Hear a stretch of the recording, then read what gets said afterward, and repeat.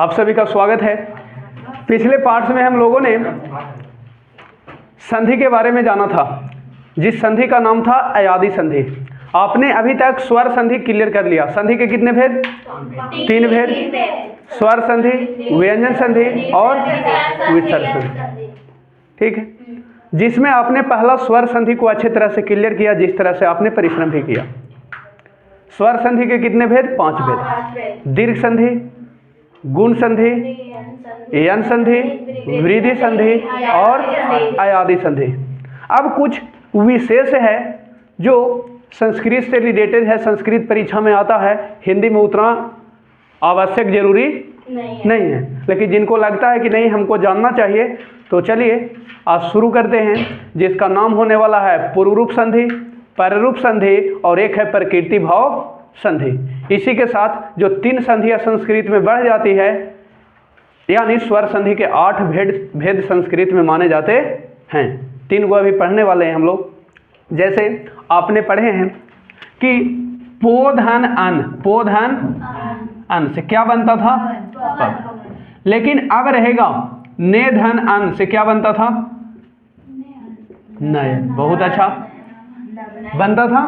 लेकिन अब आप बताइए कि लाते धन एते से क्या बनेगा? लाते धन एव से क्या बनेगा? बता सकते हैं?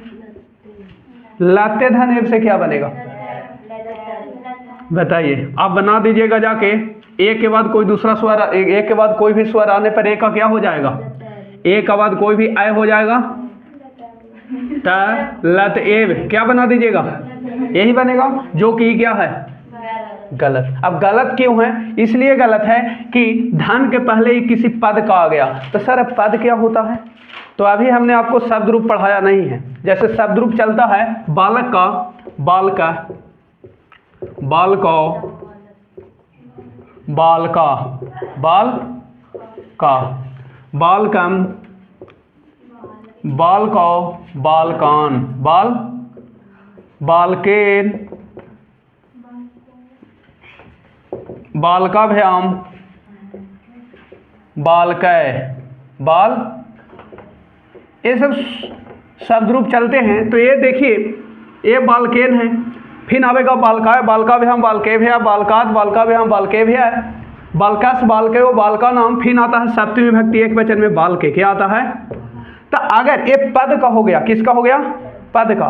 तो अगर जिसमें पद का आ जाए धन के पहले, पद वाला, बाल के, लाते, जले, जैसे जले धन अश्विन, जले धन, आप बना दीजिएगा ऐसे। कैसे बना दीजिएगा कि एक के बाद कोई भी स्वर आने पे एक किस में चेंज होता है? आय में। किस में? तो आप बना दीजिएगा जल अश्विन, जल। तो ये क्या हो गया? गलत। क्या हो गया? गलत, क्योंकि ये पद का है। जले, जले मैंने जल में, बाल के मैंने बालक में, कारक प्रकरण पढ़ाया जाएगा आपको।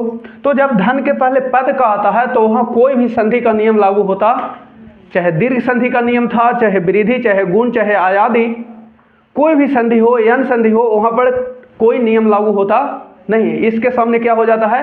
फेल हो जाता है। उसी के लिए महर्षि पाणिनि ने अलग से सूत्र बनाए हैं। तो पहला हेडिंग दीजिएगा, जिसका नाम है पूर्व रूप संधि। कौन संधि? पूर्व रूप संधि। देखिए, तो जैसा कि नाम से ही पता चल रहा है, पूर्व रूप संधि। कौन संधि? यानी पूर्व में जैसे रूप है धन के पहले वैसी रह जाएगा, कोई चेंज होगा? जैसे आया था वैसी। कुछ बच्चे ऐसी होता है, कोई मतलब नहीं है, आया है पढ़े और खेल रहा है क्रिकेट, लेकिन ओकरा में चेंजिंग नहीं करना है। देखो इधर, इसका सूत्र दिए महर्षि पाणिनि की यंगः पदान तादति। इसको आप जा रहे हैं संधि विच्छेद करने। क्या करने? संधि विच्छेद करने। इसको आप अपवाद के रूप में भी लिख सकते हैं। ठीक है, देखिए, तो इसका जो संधि विच्छेद होगा, संधि विच्छेद क्या होगा? इस प्रकार, एंगः पदांत तादति का एंग धन पदांत तात धन अति, पदांतात धन अति। तो जिन सूत्रों में सप्तमी विभक्ति लगा हुआ होता है, कौन विभक्ति? वो बताया गया। जैसे अचि था, क्या था? अचि। तो कब आया था? धन के बाद की पहले? बाद में। जिन सूत्रों में महर्षि पाणिनि ने बताए कि सप्तमी विभक्ति अगर लगा हुआ है तो पर वर्ण आता है। क्या आता है? पर, यानी धन के बाद आता है। कब आता है? धन के बाद। तो यहाँ पर इसमें सप्तमी लगा हुआ है, तो एंग जो होगा पदांत का होना चाहिए। किसका होना चाहिए? पदांत का। पदांत एंग में कौन कौन वर्ण आएगा? तो चलते हैं महर्षि पाणिनि के महेश्वर सूत्र में। पहला महेश्वर सूत्र है आयून, क्या है? दूसरा है रील रीक, तीसरा ए ओंग, क्या है? ए ओंग, और फिर क्या है? आय औच, आय। आपको यहीं से काम बनने वाला है। कहाँ से? यहीं से। तीसरा सूत्र को ए से शुरू अंगा से अंत, ए से शुरू अंगा से कौन कौन वर्ण इसमें आ गया? तो ए ओ, ए यही है एंग, ए ओंग, ए ओ, यानी पदांत पद में ए और ओ अगर लगा हुआ है, इसी को अगर मॉडिफाई करेंगे अर्थात, तो एंग एक प्रत्याहार है, इसमें कौन कौन वर्ण आ सकता है? या तो ए या तो ओ, यही है ए ओंग। एक बाद आती आए, आती से आ या आवेगा, आ, यानी आ ले लीजिए, आ। ये पद का होना चाहिए। किसका होना चाहिए? पद का। एक बाद आ आए, क्या आए? आ, क्या आए? आ। तो पूर्व रूप में ही रह जाता है। कौन रूप में रह जाता है? पूर्व। धन के पहले ए या ओ हो, ए या ओ, लेकिन ध्यान रहे कि पद का होना चाहिए। किसका? पद का। और ओकर बाद अगर खाली आ आया है तो कोई संधि नहीं होगा, उसी रूप में ही रह जाएगा, जैसे था वैसे ही। यानी ए रह जाएगा ए में और ओ रह जाएगा ओ में। और आ के लिए क्या देंगे संकेत सर? तो उसके लिए बताए हैं कि खंडाकार आप उपयोग कर सकते हैं। आ के लिए खंडाकार, खंडाकार यानी इस चिन्ह का, इसी को कहते हैं खंडाकार, लुप्ताकार, अवग्रह। खंडाकार या लुप्ताकार, लुप्ताकार या अवग्रह, अवग्रह। आ के लिए यानी इस साइन का आप उपयोग कर सकते हैं, चिन्ह का। यानी कुल मिलाकर मैं यहाँ बताना चाहूँ, जैसे यह था कि पाठे धन अस्मिन, पाठे धन अस्मिन, पाठे धन अस्मिन से क्या बनेगा? तो पाठे जो है, धन के पहले जो देख रहे हैं ठे, क्या है? ठे। तो पूरा ये जो पाठे है एक पद है, पद का है, सप्तमी विभक्ति का रूप है। तो इसमें ए आया, एक बाद क्या आया? आ। तो कोई संधि नहीं होगा, वो ऐसे ही रह जाएगा, पाठे के पाठे रह जाएगा, और एक केवल मिलेगा, लेकिन मिलेगा तो इसका चिन्ह क्या देंगे? अवग्रह। ऐसे क्या देंगे? ऐसे। और पूरा ए चल गया है ने समीन, पाठ है समीन, ऐसे बन जाएगा। जैसे इसी प्रकार रहेगा जले धन अस्मिन, जले धन अस्मिन, अस्मिन माने इसमें होता है, तो बस ये पद का है, और अगर आ आया है तो वैसे ही रह जाएगा, जले समिन, जलेस्मिन, क्या बन जाएगा? जलेस्मिन। यही है पूर्व रूप संधि, जैसे पहले था वैसे ही रह गया। अगर इसका संधि विच्छेद करना है तो ऐसे करना है। आपसे अगर सवाल पूछे कि इनमें किन किन वर्णों की संधि हुई है, इसका संधि विच्छेद करिए, तो ऐसे करना है। और वर्ण पूछे तो आप जानते ही हैं कि जल, और एक से क्या निकला? ए, और ये क्या है? आ। अब ये दोनों को मिल के क्या बनेगा? देखिए, तो अगर ये पद का है, किसका है? पद का। पद का है ए, तो ए में कोई चेंजिंग नहीं होगा, ए के ए रह जाएगा, और आ इसके साथ मिलेगा, लेकिन आ मिलेगा, लेकिन अवग्रह चिन्ह के साथ। किसके साथ? अवग्रह। यानी ए धन आ से अब क्या बनेगा? यहाँ ए, क्या बनेगा? ए। इसको या तो पढ़िए या तो छोड़ दीजिए। पढ़ना है तो आ पढ़ना है, क्या पढ़ना है? आ। ए अवग्रह को पढ़ना है तो क्या उच्चारण करना है? आ। ठीक है, तो इसका पूरा फाइनल अब परिभाषा देते हैं। ये संस्कृत के अनुसार हमने तोड़ दिया, अब हिंदी में कैसे इसको परिभाषित करेंगे, तो इस प्रकार है। यहाँ तक आप लोग लिखना चाहते हैं तो लिखिए, इसी को मैं मॉडिफाई करूँगा कि पदांत ए या ओ के बाद आ आने पर, क्या आने पर? आ आने पर ए या ओ में कोई परिवर्तन नहीं होता, वह उसी रूप में रह जाता है। और यहाँ अयादि संधि का कोई नियम लागू नहीं होता, क्योंकि यहाँ अयादि संधि का नियम लागू होने वाला था। किसका? जैसे आपने पढ़े थे ना कि ने धन अन, क्या पढ़े थे? कि ए के बाद कोई दूसरा ना पढ़े थे। ये कौन संधि के अपवाद बोल सकते हैं? अयादि के बोल सकते हैं कि ना, एक के बाद कोई दूसरा स्वर आने पर ए का क्या हो जाएगा? आए। आपने पढ़े थे। तो यहाँ अयादि संधि का नियम लागू हो रहा है? नहीं, क्योंकि ये पद का नहीं है, ना का खाली रूप चलता नहीं है, जल का चलता है। बताने वाले हैं आगे, तो यहाँ तक लिखना है तो लिख सकते हैं, नहीं तो आगे वाला जो दे रहे हैं उसको लिखना है आप लोग का। देखिए तो पदांत ए या ओ के बाद आ आने पर ए या ओ में कोई परिवर्तन नहीं होता, वह उसी रूप में रहता है। इसे कौन संधि कहते हैं? पूर्व रूप। इसी को कह सकते हैं कि यह अयादी संधि का अपवाद भी है। कौन संधि का? पैराग्राफ चेंज करके लिखिए, यह अयादी संधि का अपवाद है। और आ के लिए एक चिन्ह देते हैं अवग्रह, है ना। तो जैसे यह अयादी संधि का अपवाद आपसे पूछे, मान लीजिए पूर्व रूप संधि न दे दिया और लिख दिया कि अयादी संधि का अपवाद का उदाहरण है, तो हाँ क्लियर है। और आ के लिए एक संकेत देते हैं जिसका नाम है ए, इसको पढ़ते हैं अवग्रह, लुप्ताकार या खंडाकार। जैसे यथा में मैं बात करूं यहाँ पर, तो लाते धन अत्र, लाते धन अत्र, लाते धन अत्र। तो देखिए ये पद का है लाते, यहाँ आ आया है, कहा कि धन के पहले या तो ए हो या तो ओ हो, ओकर बाद आ आता है, तो कोई यहाँ लागू होता नहीं है, उसी रूप में रह जाएगा। क्या रह जाएगा? लाते, और आ के लिए एक चिन्ह देंगे, लाते त्रे। क्या पढ़ेंगे इसको? लाते त्रे। क्या पढ़ेंगे? इस वाला को इसमें जोड़ना ना है। बहुत सारे बच्चे ऐसे जोड़ देते हैं, कैसे? ऐसे। अब एक में पढ़ देते हैं ऐसे, ही गलत है। देखने में लगना चाहिए ना कि कौन संधि का है, पता ही नहीं लगेगा। चलिए आगे लिखिएगा, पाठे धन अस्मिन, पाठे धन अस्मिन, जाले धन अस्मिन, बहुत सारा है। देखिए परभो धन अत्र। तो ये रहा आपका, बहुत सारा उदाहरण है और भी है, लेकिन बस आप लोग के आप क्लियर हो जाएगा कि धन के पहले दो को कम से कम पद वाला ऐसा मिलेगा तो कौन संधि होगा? पूर्व रूप। ठीक, तो आप लोग बना लिए होंगे कि बना दूं? बना देते हैं। चलिए ये बन जाएगा क्या? पाठे के पाठे रह जाएगा, और या के बदले एक चिन्ह होगा, इस चिन्ह का यूज करना है, इसी चिन्ह का ना। चलिए पाठेस्मिन, क्या पढ़ेंगे? पाठेस्मिन, पाठेस्मिन। इसको पढ़ेंगे परभोत्र। क्या पढ़ेंगे? परभोत्र। और इसके लिए एक चिन्ह देंगे, परभोत्र। ये पढ़ेंगे क्या? देशे, देशे स्मिन, देशेस्मिन, देशे धनस्मिन, देशेस्मिन, रामेपी, रामेपी। बहुत सारे बच्चे ऐसे लिख देते हैं गलत, रामे और चिन्ह दे देंगे नीचे, वैसे करेंगे, ऐसे ना। ई वाला रहेगा यही लाइन में एकदम, समझ रहे हैं ना? हाँ, बहुत अच्छे से लिखने पड़ता है, जिस तरह से जोड़ देते हैं। सर्वेपी, बहुत मेहनत लगा था जी, जब मैं सीख रहा था ना, हाथ टेढ़ हो जाता था, तो गुरुजी मारते थे हाथवे पर पकड़ के, 3 गो टाका पड़ा था। देखो देखो लुकाया जी, देखो एकदम अभी तक है, 1 2 3। साधोपी, साधोपी है ना, बहुत अच्छा। जीवनेपी, हाँ अभी मौसम है गेहूं काटने का, आप लोग बहुत मेहनती है, बहुत अच्छा, धन्यवाद। काम करना चाहिए, है ना, कृषि से। एगो गेहूं बहुत बड़ा हो जाएगा और सब गेहूं तनिक के हो जाएगा, बताइए। दोहन का लेपी, दोहन का, ये क्या बनेगा?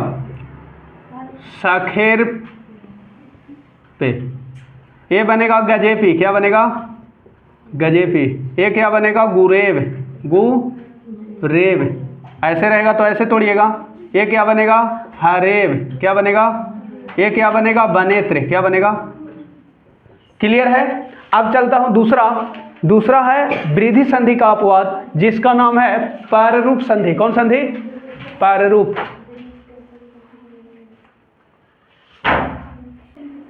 और कोई सवाल है? बताइए। अच्छा, मूलधवनी कैसे लिखेंगे? देखिए मूलधवनी बड़ी सुविधा है। जैसे देखो इसमें पूछेगा कि मूलधवनी क्या है, तो क्या है? बड़ा इसका संधि विच्छेद करिएगा तो साधो धनापी, तो साधो में क्या है? ओ, क्या है? और एकरा में क्या है? आ, क्या है? आ। तो आपको बताया गया कि ओ के बाद अगर ए या ओ के बाद आ आवे, यहाँ के लिए, इसके लिए ना पूछा है स्पेशल, तो ओ में कोई चेंजिंग नहीं, ओ के ओ, और आ के लिए क्या दे देंगे? एक लुप्ताकार, बन जाएगा ये। इसमें संधि विच्छेद, इसमें मूलधवनी ओ और आ होगा, और ये दोनों मिलके क्या बनेगा? ओ, केवल क्या बनेगा? ओ, और आ के लिए क्या दे देंगे? चिन्ह। उसी प्रकार जैसे इसमें परभोधनात्, जैसे सर्वे वाला में देखिएगा तो सर्वे में क्या है? ए, क्या है? ए, और ये क्या है? आ, तो दोनों मिलके ए बनेगा, और बस आ के लिए एक चिन्ह दे देंगे। यही है मूलधवनी। कौन सी है? मूलधवनी। ए धन आ से क्या बनेगा? ए। किसके लिए? इसके लिए केवल। और बाकी आपसे अगर वहां पर पूछे, केवल स्पेशल पूछे कि ए धन आ से क्या बनेगा, तो ई वाला ना बनाना है यार, वो जो जानते थे ना वही वाला। यहाँ के लिए अगर पूछे कोई शब्द देकर, तब ऐसे बताएंगे। कैसे बताएंगे? ऐसे। क्लियर है? लेकिन अब स्पेस खाली ऐसे ही पूछे तब तो आप जो जानते हैं वही वाला बनाना है। एक के बाद कोई दूसरा ए का क्या हो जाएगा, आए और आ मिल जाएगा ए। ठीक है, चलिए ये देखिए अगला है दूसरा पररूप संधि। इसका सूत्र बताए हैं एंगी पर रूपम। यहाँ पर जो है एंगी पर रूपम, इसका संधि विच्छेद होगा एंगी धन पर रूपम, एंग धन पर रूपम। यानी एंग में फिर क्या आएगा, एंगी जो है इस सप्तमी लगा हुआ है, क्या लगा हुआ है, तब बताइए जिसमें सप्तमी लग जाता है वो पहले आता है धन के बाद, धन के बाद। यानी ये आवेगा जब भी धन के बाद आवेगा, कब आवेगा, धन के बाद। अब देखिए जो एंगी है क्या है, एंगी, एंगी में एंग है प्रत्याहार, क्या है प्रत्याहार। तो एंग में फिर क्या क्या होगा, आयून रिल रिक री एओंग, बस। अब बताइए एंग आया कि नहीं, तो एंग में फिर ए ओ आवेगा, लेकिन ए ओ इसमें पहले नहीं आवेगा क्योंकि इसमें कोई चीज लगा हुआ है, सप्तमी क्या लगा हुआ है। तो जब भी आवेगा तो धन के बाद, जैसे आची न देख रहे थे एची, तो सप्तमी लगा हुआ थे बाद में आवेगा, तो पहले क्या आवेगा सर, तो पहले बताएं कोई चीज पूर्व रूप संधि। पूर्व रूप में आती आ आया था, क्या आया था आ। अब आ आवेगा कहाँ, पहले, कहाँ आवेगा पहले। तो यहाँ पर परिभाषा जो बनाए गए इसमें क्या आया, ए और ओ। तो इसको कह सकते हैं कि धन के पहले आ हो और बाद में क्या हो, ए या ओ, ए या ओ। तो यहाँ पर वो उसी रूप में केवल मिल जाएगा, जैसे पराधन एजते, क्या बनेगा, पराधन एजते। आप क्या बनाइएगा से बताइए पहले, पराधन एजते, तो आप परा में क्या निकालिएगा, आ, क्या निकालिएगा, और ए, और जाते बचेगा। तो आपने क्या बनाए थे कि आ के बाद ए आए, दोनों मिलके आय हो जाएगा, क्या हो जाएगा, यही पढ़े थे ना वृद्धि संधि। ये वृद्धि संधि का अपवाद है, खोजी है अपवाद। तो आप बना दीजिएगा खिसिया के ऐसे, आय मिल जाएगा एक में, तब प्रायजते क्या चीज बना दीजिएगा, जो कि खोजी हो गया गलत।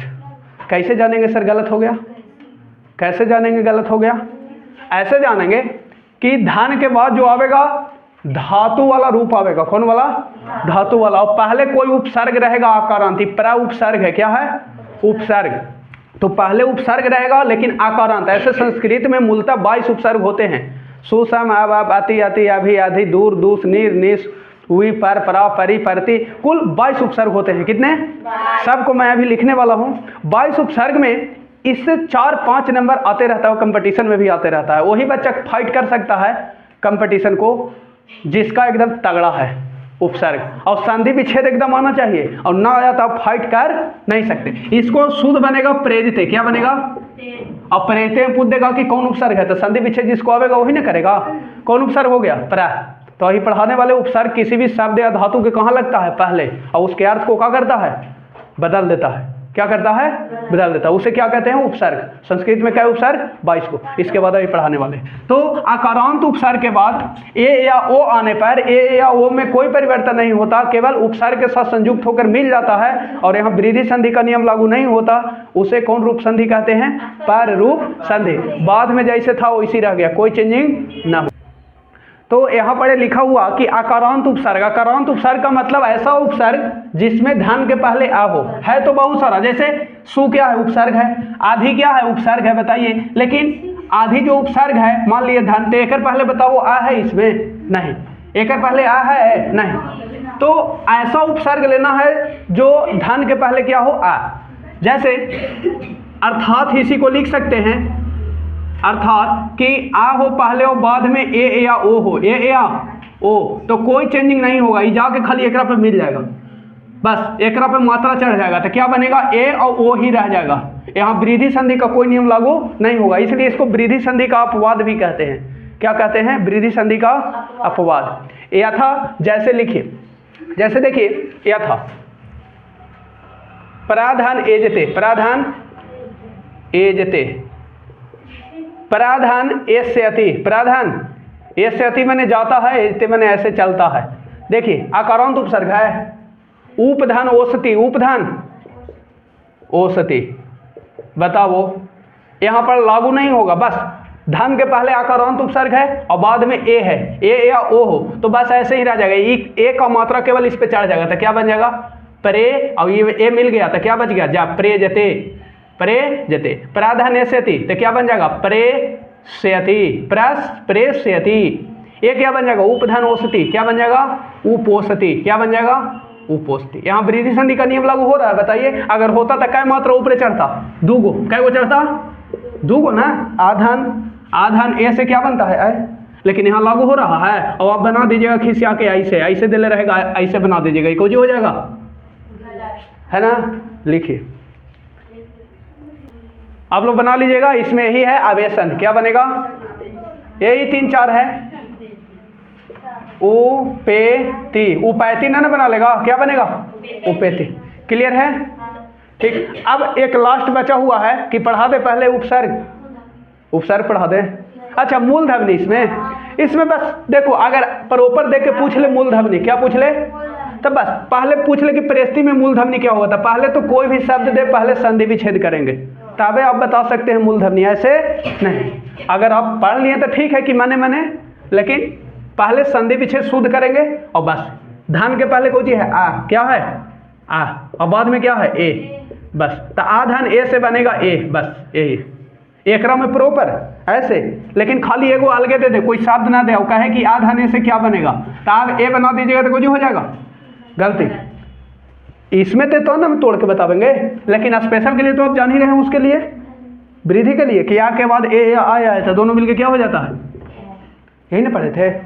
बस ऐसे बनाएंगे, लेकिन यहाँ पर ऐसे चलिए। हाँ, कैसे आपको पता चलेगा? ये पढ़ते पढ़ते ऐसे कैसे पता चलता है? जब तक नहीं पढ़िएगा तो पता कैसे चलेगा? अभी जैसे दे रहे हैं वैसे लिखना है।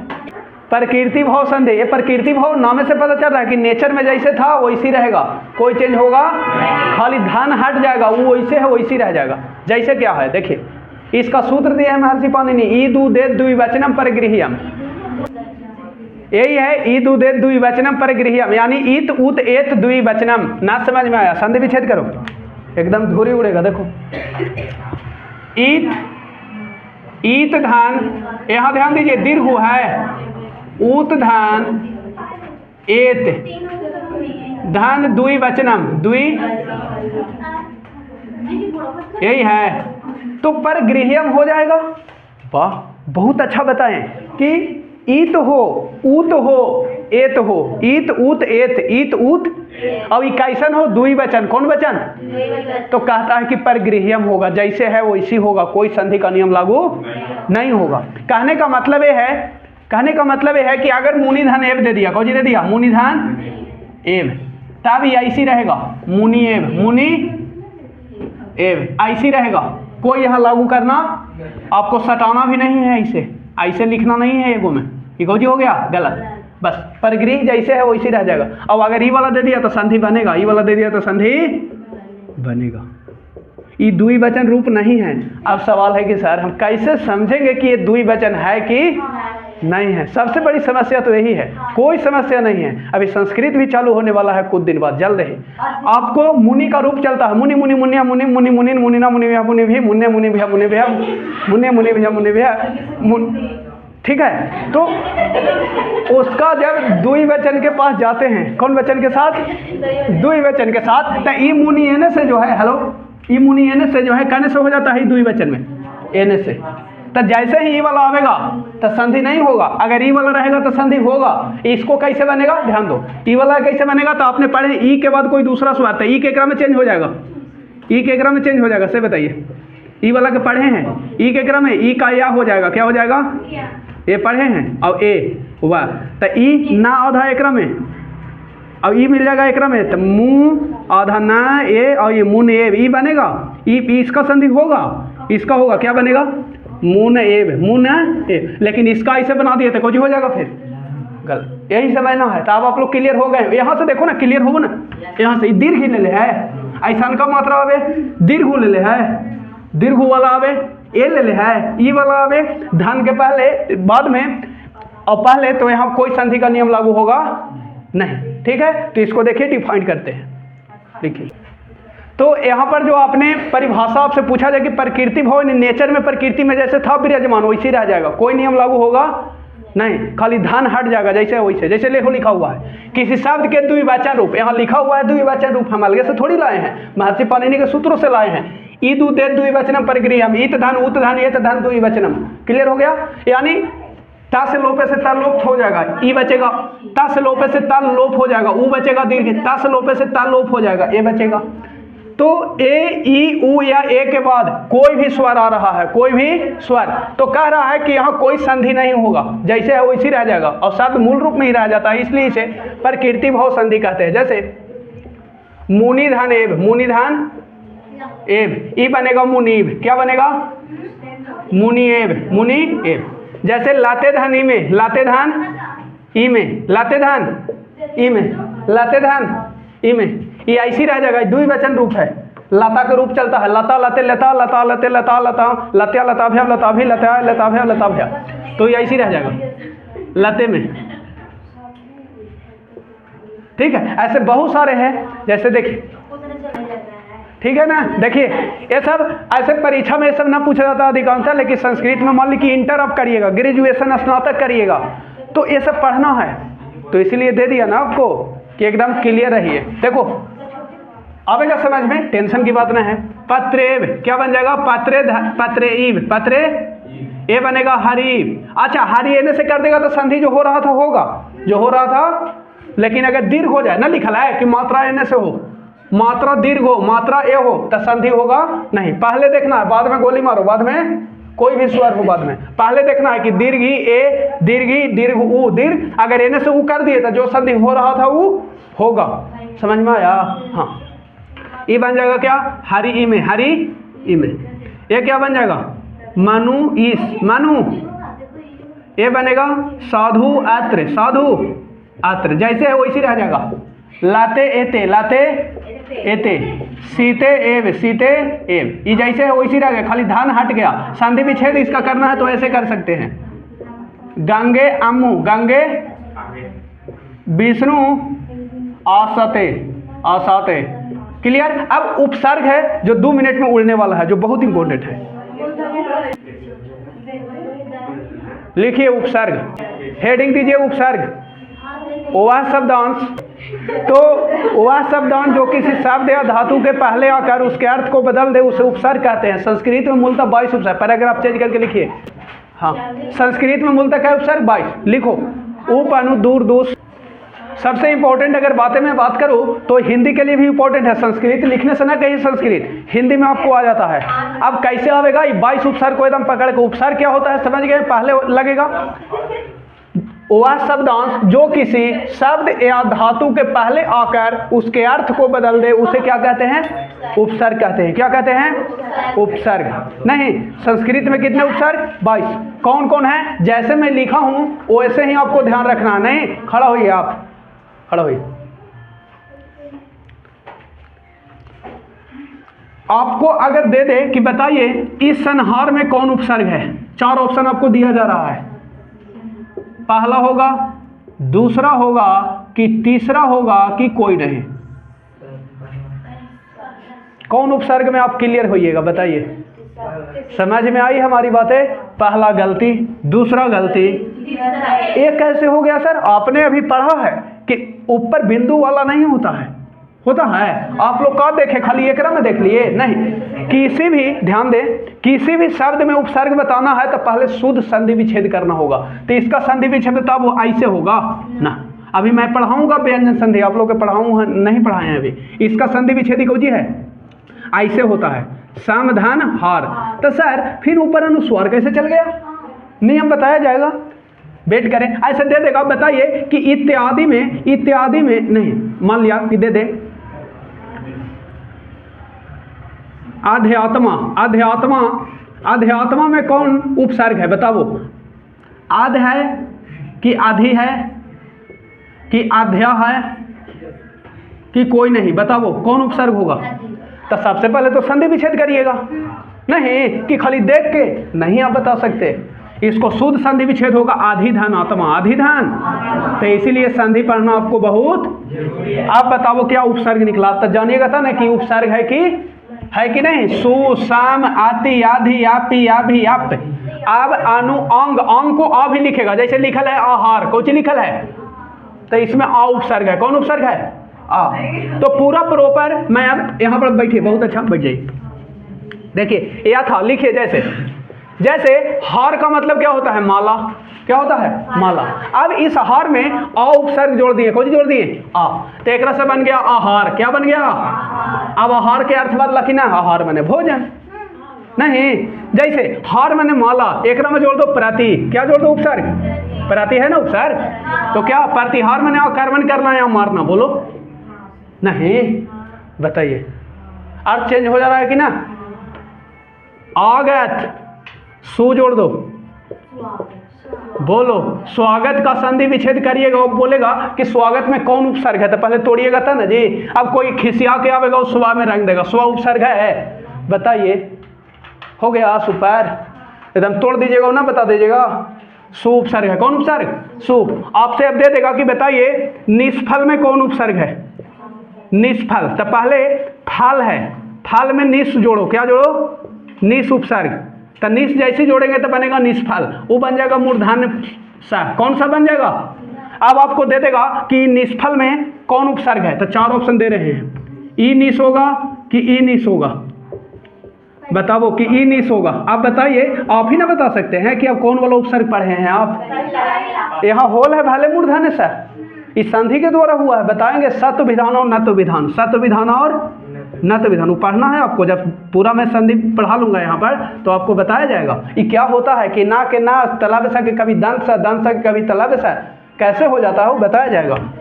क्लियर है? यहाँ जैसे दे देगा तो ऊपर वाला सही था, इसमें और दे देगा आपको, दे देगा मान ले आयाम। क्या दे देगा? अब बी जोड़ दो, क्या बन गया? व्यायाम। क्या बन गया? अब समझ में आया उपसर्ग? किसी में पूछे, आपसे पूछ दे कि बताइए बल में दूर जोड़ दे, क्या जोड़ दे? दूर, तो क्या बन जाएगा जी? दुर्बल। अब दुर्बल में कौन है ना बता दीजिएगा, बताइए। दूर उपसर्ग होता है, दू होता है, दू दूर होता है, देखो कहीं दूर होगा लिखा है। क्लियर हो गया? जैसे कार, कार जानते हैं ना, कार जो हवा में जाता है, रोड पे चलता है ना, कार में परा जोड़ दो। क्या जोड़ दो? कौची बन गया? प्रकार में कौन उपसर्ग? बोलिए, क्लियर हो गया ना? कोई दिक्कत? आज के लिए फिलहाल इतना ही, अगले वीडियो में हम लोग मिलेंगे। आपको व्यंजन संधि का स्वर संधि एकदम पूरा खत्म हो गया। आप हमारे चैनल पे नए हैं तो पूरा मेरे फोटो वाले लोगों पे क्लिक करके प्लेलिस्ट में जाइए और एक एक वीडियो को देखिए और लाइक शेयर कमेंट सब्सक्राइब जरूर करें। आगे एकदम पूरा हेल्पफुल होने वाला है आपके लिए, ठीक है? कोई दिक्कत हो तो हमें ज़रूर बताएं, कोई दिक्कत ऐसे नहीं होगी। Thank you.